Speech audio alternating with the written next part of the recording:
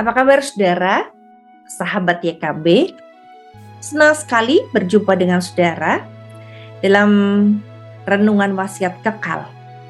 Ini adalah sebuah pengantar yang akan menolong saudara untuk semakin mencintai firman Tuhan yang memandu kehidupan kita, khususnya saat kita membutuhkan. Bahkan setiap hari sebelum kita membutuhkannya. Saya Pendeta Riani Suharja dari GKI Pondok Indah. Renungan kita hari ini, Jumat 30 Desember 2022, diberi judul Jangan Tawar Hati. 2 Korintus 4 ayat 16-18. Mari kita berdoa. Bapa di dalam surga, Engkau yang paling tahu apa yang kami rasa dan pikirkan di saat titik terburuk kami atau titik terbaik kami. Berikan petunjuk-Mu ya Bapa, apa yang dapat kami lakukan dan pikirkan serta rasakan melalui firman-Mu dan perenungannya. Dalam Kristus kami memohon. Amin.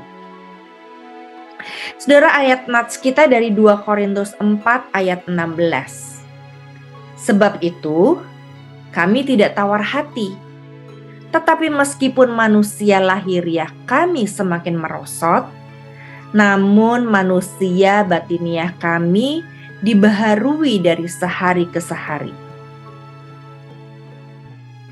Saudara-saudara, ada 2 hal di dalam dunia ini yang seringkali membuat kita tawar hati. Yang pertama, saudara, situasi sulit. Atau kita bertemu dengan orang-orang yang sulit. Yang kedua, situasi sulit yang pertama. Kedua, bertemu dengan orang sulit. Rasanya tidak ingin kita sentuh. Kita akhirnya menjadi tawar, bukan saudara? Ketika menghadapi situasi yang sulit, misalnya saat pandemi COVID-19 yang berkepanjangan.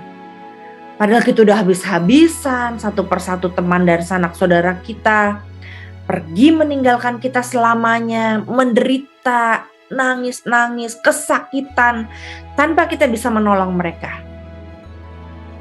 Atau saat kita susah mendapat pekerjaan, bisnis seret, omset tidak memenuhi target, dan berbagai macam situasi sulit lainnya.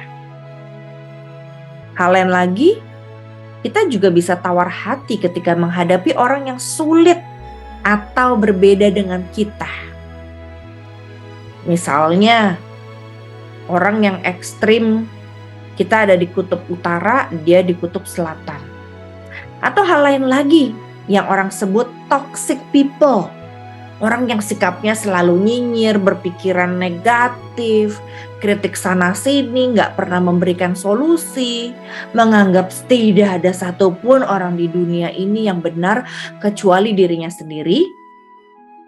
Atau ketemu orang yang terus-menerus mengeluh, bersedih, kecewa, marah, protes atas apapun yang terjadi dalam hidupnya. Orang-orang seperti ini, saudara, membuat relasi menjadi rusak, beracun rasanya, toksik. Nah, saudara, menghadapi situasi atau orang sulit semacam ini, firman Tuhan mengingatkan kita agar kita tidak tawar hati.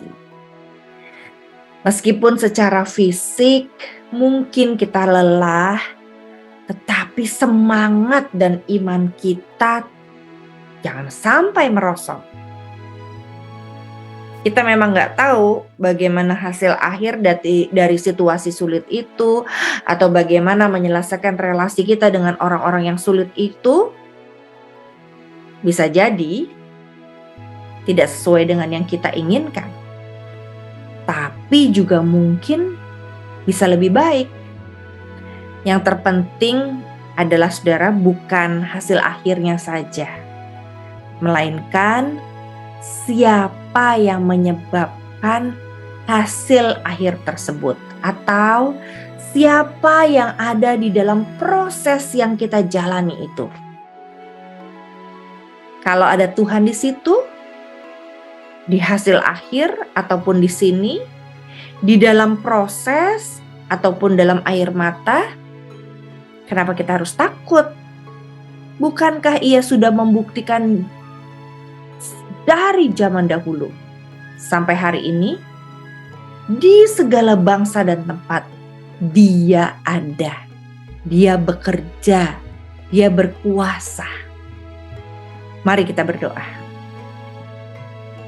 Ya Tuhan, Bapa di dalam surga, Engkau adalah Allah yang menguatkan kami dan menghibur kami.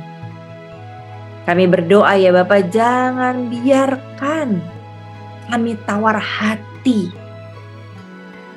ketika kami menghadapi situasi yang sulit atau orang-orang yang menurut kami sulit untuk diajak bicara, berkomunikasi, bekerja sama, bahkan mengerti kami. Kami berdoa biarlah Engkau Allah yang senantiasa hadir dalam hidup kami. Engkau yang akan terus memperbaharui hidup kami, iman kami, pengharapan kami, cinta kami. Sehingga batiniah kami menjadi dibaharui dari sehari ke sehari. Ubahkan kami, perbaharui kami, ajar kami Bapa, supaya kami terus bertumbuh ke arah yang baik. Dalam Kristus kami memohon. Amin. Tuhan memberkati saudara.